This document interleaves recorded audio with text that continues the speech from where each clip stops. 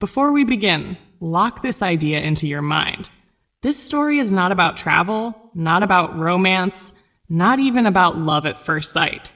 This story is about a quiet war inside one human heart. It is about what happens when society tells you who to be, and your body, your instincts, your truth whisper something else.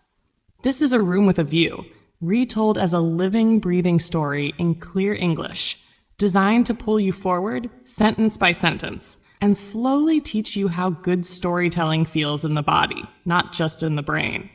Lucy Honeychurch is young, polite, educated, and perfectly shaped by her world. She has been raised to be agreeable, graceful, and careful. Her life follows lines drawn long before she was born. Proper behavior, proper speech, proper feelings, kept small and controlled. When Lucy travels to Italy, she does not know that this journey will quietly break her open. She arrives in Florence with her cousin Charlotte Bartlett, who is older, nervous, and deeply protective of social rules. Charlotte is Lucy's chaperone, her guardian, her wall between freedom and danger. They stay at a pension, a respectable place filled with polite English travelers who carry England inside them wherever they go. On their first evening, Lucy learns that their rooms do not have a view. This seems small, almost silly, but it matters. A view means openness. A view means seeing beyond walls. And Lucy, though she does not yet understand it, wants a view more than she has ever wanted anything. At dinner, an unusual thing happens. Two men offer to switch rooms with Lucy and Charlotte so Lucy can have a view. These men are Mr. Emerson and his son, George. They are not polished. They are not careful. They speak freely, too freely. Charlotte is immediately uncomfortable. She does not like men who do not respect the invisible rules. But Lucy notices something else. She notices honesty. She notices warmth. She notices a strange calm around George Emerson, who says very little but feels very present. The room switch happens, despite Charlotte's discomfort. Lucy goes to sleep that night with open windows and unfamiliar sounds. Florence hums outside. Bells ring. Voices rise and fall. The world feels closer. And something inside Lucy begins to shift, though she cannot name it. Over the next days, Lucy explores Florence. She sees art that does not apologize for beauty. She hears music that feels too big for words. The city does not whisper, it speaks loudly. Lucy is overwhelmed, and one day, standing in a square filled with shouting men and sudden violence, she faints. When she wakes, she is not with Charlotte. She is with George Emerson. He helped her. He stayed with her. In a quiet moment afterward, surrounded by a foreign sky, something unexpected happens. George kisses Lucy. The kiss is sudden, unplanned, unacceptable, and deeply alive. Lucy does not know what to do with this moment. Her entire education tells her this is wrong. Her body tells her it is real. Charlotte arrives, panicked and angry, and immediately takes control. She sees danger. She sees scandal. She sees the end of Lucy's future if this moment is allowed to exist. Charlotte decides they must leave Florence at once. Lucy obeys. She always obeys. Back in England, life returns to its familiar shape. Tea, conversations, piano practice, proper visits. The kiss in Florence becomes something Lucy tries to lock away, like a dream that feels embarrassing in daylight. She tells herself it was a mistake. She tells herself it meant nothing. And when Cecil Vyse enters her life, he feels like a solution. Cecil is cultured, clever, and admired. He speaks beautifully. He knows art.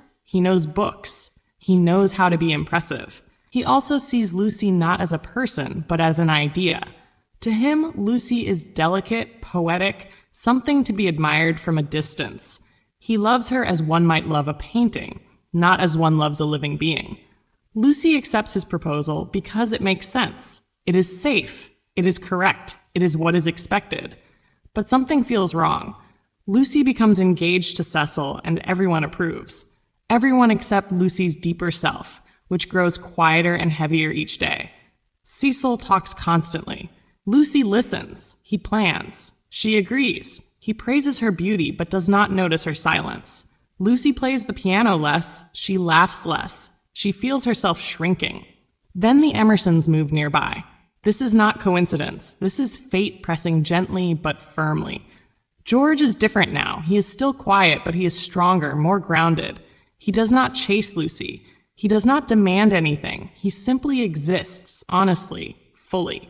And in his presence, Lucy feels awake in a way she cannot explain. Cecil, meanwhile, dislikes George instantly. He feels threatened, though he would never admit it. He mocks George. He dismisses him. He treats him as inferior. Lucy watches this and feels uncomfortable, though she does not yet understand why. As time passes, Lucy is pulled in two directions. With Cecil, she is protected but constrained. With George, she feels exposed but real. The pressure builds slowly. Lucy tries to silence her discomfort. She tells herself that passion is dangerous, that emotion must be controlled. But the truth does not disappear just because it is ignored. One afternoon, in a field filled with sunlight and wind, Lucy witnesses something that changes everything. She sees George and another young man wrestling playfully, laughing, alive in their bodies. The moment is unpolished and physical and free. Lucy is shocked by how deeply it affects her. She realizes she has been living in her head, disconnected from her own instincts. Cecil proposes again formally, proudly, expecting gratitude. And Lucy accepts again, because she does not yet know how to choose herself. But the story is not done with her. Slowly, gently, relentlessly, Lucy is forced to confront the truth. She realizes that Cecil does not love her for who she is. He loves who she represents. She realizes that George sees her clearly, without decoration, without fear. She realizes that the kiss in Florence was not a mistake. It was a warning. Lucy breaks her engagement. The decision shocks everyone. It frightens her. It frees her. In the end, Lucy returns to Italy. She returns to the room with a view. This time, she does not look away. She chooses love not as rebellion, but as honesty. She chooses passion not as chaos, but as truth. She chooses to live fully, even if it means stepping outside the lines drawn for her.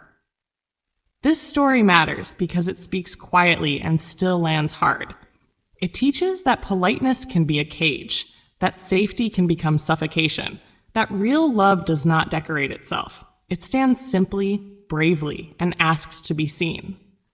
For English learners, this story is powerful because it shows how emotion lives beneath calm words, how meaning hides inside small actions, how a story can pull you forward without shouting.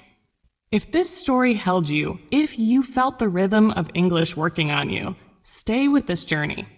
Stories like this are not just something you listen to. They are something you grow inside.